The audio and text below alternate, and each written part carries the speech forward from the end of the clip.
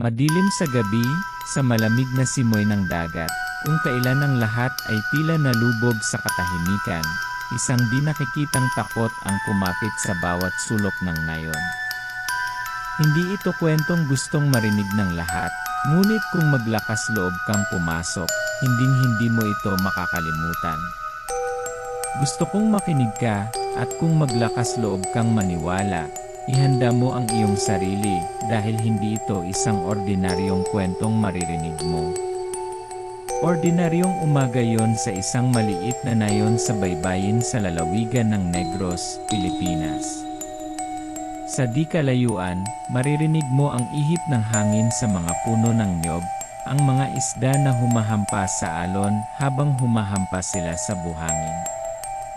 Ngunit sa likod ng mapayapang panlabas, mayroong isang madilim na lihim na tanging ang mga nakatira dito lamang ang nakakaalam. Isang lihim na umiral sa loob ng maraming siglo, at sa ngayon, sasabihin ang kwento nito sa unang pagkakataon. Si Lolo Isko, isang tao na nabuhay sa maraming ups and downs, ay alam ang bawat alon ng dagat na ito. Minsan ay isang mangingisda tulad ng maraming iba pang mga nayon. Ngunit walang sinuman ang makakaisip na siya ang makakasaksi ng mga kakaibang pangyayari, na kung hindi dahil sa kanyang kuryosidad, ang kanyang tapang marahil ay walang maniniwala. Nagsisimula ang lahat sa isang piyesta, kung kailan umaalingaw sa buong nayon ang tawanan ng mga bata at pagkanta mula sa mga pamilya. Sama-samang naghahanda ng mga pagkain dagat ang mga tao, gaya ng dati, dahil parang hindi mauubos ang dagat. Hindi nila alam na sa mismong araw na yon, ang kamatayan ay hindi magmumula sa dagat, kundi sa mismong mga taong inaakala nilang nagligtas sa kanila. Isang nakamamatay na araw pagkatapos nito, walang sinuman sa nayon ang nangahas na tumingin muli sa dagat sa parehong paraan. Kasabay nito, isang kakaibang barko ang dumaong. Ang mga taong nakasakay ay hindi katulad ng sinumang nakita ng mga taga-nayon. Hindi sila mangingisda, hindi mga ngalakal, ngunit kakaibang mga figura, mga taong may malamig na mga mata, hindi nababasa ang mga mukha. At nang umalis sila, nagsimulang magbago ang lahat. Wala na ang mga isda. Hindi na makalabas ang mga mangingisda sa dagat. Naubos ang palay, at naging alaala ang mga mapayapang araw. Ang nayon ay nalugmok sa kawalan ng pag-asa, at sa paglipas ng mga araw, nagsimulang mangyari ang mga kakaibang bagay. Mga mahiwagang ingay mula sa dagat sa gabi, pagkawala, at isda-isda na, kapag kinakain, ay hindi lang isda, kundi isang bagay na may laman ng hindi nila nalalaman ng tao. Lolo Isko, may natuklasan ka na walang nangahas na paniwalaan. Ang mga isda na yon ay hindi ordinaryong isda. Ang mga taong nagdala ng isda sa nayon ay hindi mga ordinaryong tao. Sila ay mga nilalang na umiral ng maraming henerasyon, mga taong may anyo ng tao, ngunit demonyo sa dilim. At ang pinaka nakakatakot na katotohanan, sila ay aswang. Hindi maupo si Lolo Isko at panoorin ang kanyang mga taga-nayon na nahaharap sa panganib na ito. Kasama ang kanyang pamilya, nagpasya siyang kumilos, ngunit hindi nila inaasahan na kapag pumasok ka sa mundo ng mga supernatural na nilalang, hindi lamang ikaw kundi pati na rin ang iyong mga mahal sa buhay ay maaakit sa mapanganib na larong ito. Kung gayon, ang tanong ay, matatalo kaya ni Lolo Isko at ng mga taga-nayon ang mga demonyong hindi nila pinaniniwala ang umiral? O sila ba ang susunod na biktima ng mga uhaw sa dugong nilalang na ito, ang mga demonyong ito sa anyo ng tao? Upang matuklasan ang katotohanan, kailangan mong pumunta sa dulo ng kalsadang ito. Ngunit huwag kalimutan, kung minsan, ang nahanap mo ay maaaring magpabago sa iyong buhay magpakailanman. Matapang ka ba upang marinig ang kwentong ito? Dito nagsisimula ang kwento, at unti-unting mabubunyag ang hindi alam. May mga kwentong hindi mo lang maririnig ng isang beses lang dahil mananatili sila sa iyo sa buong buhay mo. At ito ang kwento ni Lolo Isko, isang lalaking nabuhay sa baybayin ng Negros, Pilipinas. Isang kwento hindi lamang tungkol sa isda, sa dagat, kundi pati na rin sa mga lihim na nasa ilalim ng alon.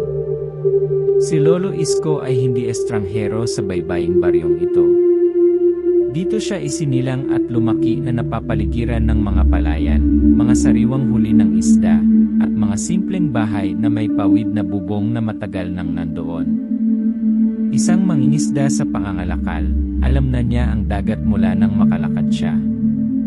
Mula sa araw na siya ay unang tumuntong sa bangka, hanggang sa ang kanyang matalik na kaibigan ay naging palaging puti, ang kanyang malapit na kaibigan. Malinaw pa rin niyang naaalala ang mga madaling araw, nang sumikat ang araw, ang buong pamilya ay sama-samang lumutang sa dagat. Ang dagat ay hindi lamang pinagmumulan ng buhay para sa kanya, kundi isang hindi mapaghihiwalay na bahagi ng kanyang kaluluwa. Siya at ang kanyang pamilya ay nanirahan sa dagat sa loob ng maraming taon. Ang mga gabi ay nagtipon-tipon sa hapagkainan, ang huni ng mga alon na parang oyay, at ang pinakamasarap na pagkain dagat na ginawa mula sa seafoods. Bagaman hindi mayaman ang kanyang buhay, ang pagiging simple nito ang nagpasaya kay Lolo Isko. Nagkaroon siya ng pamilya, mga anak na ipinagmamalaki niya, at buhay na konektado sa kalikasan sa buong taon. Ang dagat ang kanyang pinagmumulan ng buhay, at ang kanyang pamilya ay kung saan siya nakatagpo ng kagalakan. Ang maliit na nayon na ito ay kung saan ang mga henerasyon ng mangingisda ay nabubuhay sa pamamagitan ng pangingisda at pagsasaka. Araw-araw, ang mga taga-nayon ay nagigising sa unang sinag ng araw, pumunta sa dagat upang mangisda, magsaka, at mamuhay ng ganap na naayon sa kalikasan. Ang dagat at ang lupa ay nagbibigay sa kanila ng lahat ng kailangan nila, at ibinabalik nila sa kalikasan ang kanilang makakaya. Ngunit ang hindi mo makikita, kahit na sa taunang mga kapistahan, ay ang nakatagong katotohanan sa likod nito. Ang pagdiriwang na ito, kung saan ang dagat ay nagbibigay sa iyo ng sariwang huli, masasarap na pagkain na may lasa ng dagat, at maaliwalas na sandali kasama ang pamilya. Ngunit sa mismong araw na iyon, kapag ang lahat ay masayang kumakain at umiinom, may kakaibang nagsisimulang mangyari. Ang inihaw na isda na may sariwang lemon juice mula sa hardin ay palaging paboritong ulam ng aking pamilya, mula noon hanggang ngayon. Ito ay isang simpleng ulam, ngunit naglalaman ito ng napakaraming alaala. Sa mga oras na yon, ako ay tunay na masaya. Ngunit naisip mo ba, ang kaligayahan ba ay magtatagal magpakailanman? Hindi ko alam noon na ang pagkain na iyon ang huling pagkakataon na mararamdaman ko ang kapayapaang iyon. Isang bagay na kakilakilabot ang paparating, at babaguhin nito ang lahat.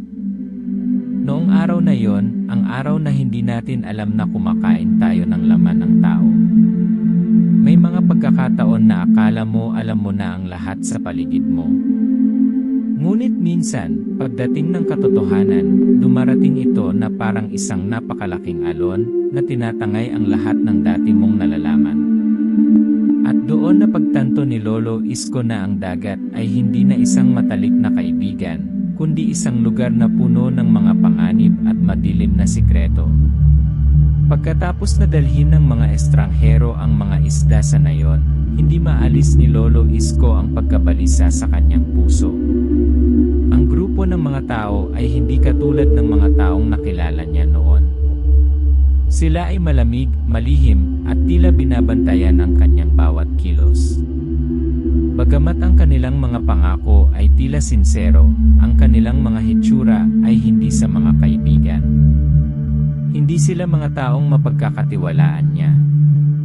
Sa kabila ng kanilang pag-aalinlangan, si Lolo Isko at ang kanyang pamilya ay nagugutom. Ang kakaibang isda na dala ng grupo ay ang tanging regalo na maaari nilang ibigay sa kanila sa sandaling ito. Maingat nilang sinubo ang isda, nilinis ito, at inihanda ito para sa pag-ihaw at pagprito, isang ulam na hindi kailanman mawawala sa pagkain ng pamilya. Isa-isang pinutol ang mga isda, at hindi na iwasang mapansin ni Lolo Isko ang mga kakaibang senyales. Ang mga isdang ito ay hindi katulad ng anumang nakita niya. Kakaibang kumikinang ang kanilang mga kaliskis, at nang hawakan niya ang mga ito, naramdaman niyang parang may namimilipit sa loob nito.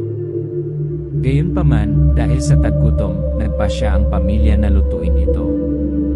Nagsimulang mamukadkad ang isda, lumutang sa kawali, at napuno ng hangin ang kanilang bango. Ngunit may mali. Nakaramdam si Lolo Isko ng lamig sa kanyang gulugod sa tuwing titingnan niya ang umuusok na isda. Normal ang lahat, ngunit hindi normal. Nakaupo ang pamilya sa paligid ng mesa, ninanamnam ang pagkain na may banayad na tawanan, ngunit si Lolo Isko ay hindi makakain ng maayos. Sa bawat kagat ng isda, pakiramdam niya ay may mali, kakaibang pakiramdam sa kanyang tiyan. Ngunit sila ay nagugutom, kailangan nila ng pagkain, at walang ibang pagpipilian. Ngunit habang nakatingin siya sa malapit, nagsimulang mangyari ang hindi maipaliwanag. Biglang nanlambot ang isda, parang may nagbabago sa loob. Inilapag ni Lolo Isko ang isda sa mesa, nanginginig ang mga kamay. Isang lamig ang dumaloy sa kanyang gulugod. At pagkatapos, dumating ang nakakatakot na sandali. Tinignan ni Lolo Isko ang isda na kakaluto niya, at biglang nag-iba ang laman loob ng isda. Naging kakaiba ang kulay nito, na para bang nagiging matingkad na pula, parang laman ng tao. Nanginginig sa takot ang buong katawan niya. Parang pinipiga ang bawat ugat sa katawan niya. Agad na tumayo si Lolo Isko, nagpanik at nagmamadaling lumabas. Nanginginig ang buong katawan, hindi makapagsalita. Bakit nagkaganito? Bakit ganito ang pagbabago ng isda? Tumingin siya sa pamilya niya, at sa kanya napagtanto ang isang kakilakilabot. Hindi na sila kumakain ng isda. Kumakain sila laman ng tao. Siya ay nagmamadaling bumalik, ang kanyang mga mata ay puno ng takot, na tinawag ang kanyang pamilya na huminto kaagad sa pagkain. Tumigil ka! Tumigil ka! Ang mga isda na ito ay hindi isda, sigaw niya, ngunit walang nakaintindi, hanggang sa nakita nila ang kanyang nakikita. Tumingin ang buong pamilya sa isda, at saglit, natahimik ang lahat. Isang lamig ang dumaan sa bahay. At pagkatapos, wala nang nangahas na hawakan ito. Nagbago ang lahat sa paligid. Ang pakiramdam ng seguridad sa maliit na bahay ay biglang nawala. Hindi na alam ni Lolo Isko kung ano ang gagawin. Ang bangungot na ito ay hindi basta-bastang bangungot. Ito ay isang realidad na hindi niya maisip. At ngayon kailangan niyang magdesisyon. Mapoprotektahan ba niya ang kanyang pamilya mula sa mga halimaw na ito? O sila ba ang susunod na biktima sa nakamamatay na larong ito? Pero hindi pa tapos. Nagsisimula pa lang. Naiisip mo ba ang takot na nadarama ng isang tao kapag nalaman niyang hindi na totoo ang lahat ng kanyang nalalaman? Paano mo haharapin ang kawalan ng katiyakan kapag ang mga taong akala mo ay mabait sa iyo ay naging iyong kamatayan? Si Lolo Isko, isang taong nabuhay sa dagat sa buong buhay niya, ngayon ay kailangang labanan ang isang hindi nakikitang kaaway, isang kasamaang hindi pa nakikita ng ngayon. We are facing the unimaginable, sigaw niya. Believe me, those fish are not fish. We are under attack. They are not men, they are aswangs. Pero walang naniwala agad sa kanya. Parang baliw ang mga salita niya. Sinong maniniwala sa mga kwentong multo sa panahon ngayon? Nagkagulo ang nayon. Hindi maisip ng mga taga-nayon na ang mga taong nagdala ng isda sa nayon ay masasamang nilalang.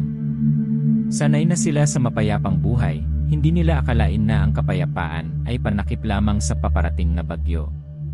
Ngunit noong gabing-gabi, nang tulog na ang lahat, muling binalot ng dilim ang nayon. Bumalik ang mga estranghero. Sa pagkakataong ito, hindi na sila maamo gaya ng dati. Dumating sila ng may malamig na mga mata at mapanganib na mga galaw. Hindi na nila itinago ang kanilang tunay na pagkatao. Sila ang mga aswang, mga halimaw na matagal nang umiiral sa alamat, naghahanda sa pag-atake. Walang oras para magpanik si Lolo Isko. Alam niya na kung hindi siya gagawa ng isang bagay ngayon, walang sinuman sa nayon ang mabubuhay.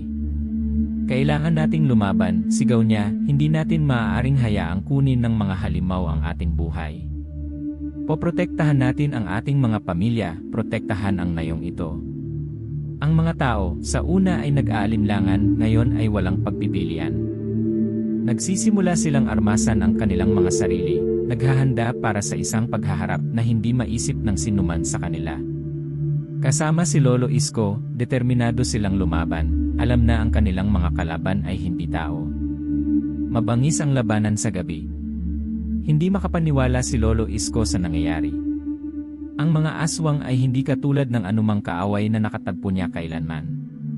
Mayroon silang hindi kapanipaniwalang lakas, nakakabulag na bilis. Ngunit hindi umatras si Lolo Isko at ang mga taga-nayon. Nakipaglaban sila sa lahat ng mayroon sila, hindi para sa kanilang sarili, kundi para sa kaligtasan ng kanilang mga mahal sa buhay. Hindi tumigil si Lolo Isko kahit na lumalala ang kanyang mga sugat. Buong natitirang lakas, lumaban siya, hindi lamang para sa kanyang sarili, kundi para na rin sa kanyang mga mahal sa buhay sa kanyang pamilya, at para sa mga tao sa baryong nakasama niya sa buong buhay niya. At pagkatapos ng ilang tensyonado na sandali, ang kaguluhan mula sa gabi ay sa wakas ay humupa. Ang mga aswang ay natalo, ngunit hindi lahat. Ang digmaang ito ay hindi pa tapos. Ang lahat ay hindi ganap na mapayapa, at ang katotohanan, ang kakilakilabot na katotohanan ito ay patuloy na makakaapekto sa kanilang buhay sa hinaharap. Kakasimula pa lang ng digmaang ito. At alam ni Lolo Isko na, kahit nanalo sila sa labanang ito, babalik pa rin ang mga halimaw na yon. Isang katotohanang napakahirap isipin, ngunit siya at ang mga taga-nayon ay hinding-hindi susuko. Sa wakas, pagkatapos ng napakaraming gabing walang tulog, napakaraming sugat at pagkatalo, si Lolo Isko at ang kanyang pamilya ay nanalo. Ang mga halimaw na yon, ang mga supernatural na nilalang, ay nawasak, at ang maliit na nayon ay nakahinga ng maluwag. Ngunit kahit na tagumpay ang inaasahan ng lahat, alam nila na ito ay hindi lamang katapusan, ngunit isang bagong simula.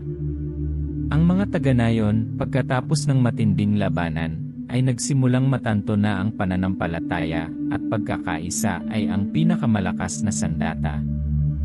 Bagamat sila ay nag-aalinlangan at natatakot noon, pagkatapos madaig ang bangungot na ito, naunawaan nila na ang pagkakaisa lamang ang makakatulong sa kanila na mabuhay sa mundong ito.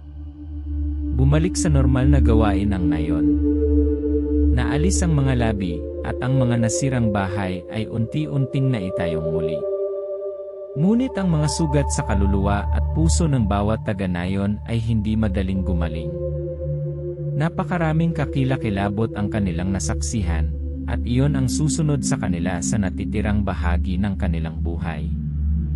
Ngunit sa maliit na kusinang iyon, sa gitna ng mga simpleng pagkain, naramdaman ni Lolo Isko ang tibay ng pamilya. Ang isang pagkain, bagaman hindi maluho, ay naglalaman ng labis na damdamin, labis na sakripisyo at pagmamahal. Inihaw na isda na may sariwang lemon juice mula sa hardin, isang ulam na dating simbolo ng kapayapaan, ngayon ay may ganap na ibang kahulugan. Ito ay isang bagong simula, isang pagtatapos ng mga bangungot na kanilang naranasan. Sa bawat kagat ng isda, sa bawat patak ng lemon juice, naramdaman ni Lolo Isko ang pagkakaisa ng kanyang pamilya. Sama-sama silang lumaban, nagtagumpay sa mga hamon na hindi inaasahan ng sinuman. At ngayon, sa pagbabalik sa normal, naiintindihan nila na nanalo sila hindi dahil sa lakas ng kanilang mga sandata, kundi dahil sa kanilang pagmamahal at pananampalataya sa isa't isa. Ngunit ang kwentong ito ay hindi lamang tungkol sa tagumpay. Ito ay isang paalala na sa mundong ito, ang pagkakaisa at pananalig sa pamilya ang pinakamahalagang bagay. Dahil sa mga panahong tila wala ng pag-asa, tanging pamilya, tanging pag-ibig lamang ang makapagpapanatili sa atin ng paninindigan.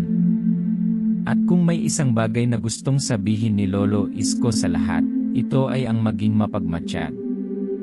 Dahil sa buhay na ito, walang panghabang buhay. Lahat ay maaaring magbago sa isang kisap mata. Ngunit ang mahalaga ay palagi tayong magkasama, protektahan ang isa't isa, at naniniwala sa mga halaga na tunay na mahalaga. Gaano man kahirap ang buhay, hanggat mayroon tayong isa't isa, hanggat may pananampalataya at pagmamahal, walang imposibleng madaig. At ang kwentong ito ay mananatili magpakailanman sa puso ng mga nakasaksi, bilang isang mahalagang aral sa pagkakaisa at katatagan. Ang maliit na nayon na ito, kung saan naninirahan si Lolo Isko at ang kanyang pamilya sa loob ng maraming taon, ay bumalik na ngayon sa dating kapayapaan. Ngunit ang kanilang kwento ay mananatiling isang hindi malilimutang alaala, isang paalala ng kapangyarihan ng pag-ibig at pagkakaisa sa pinakamahihirap na panahon.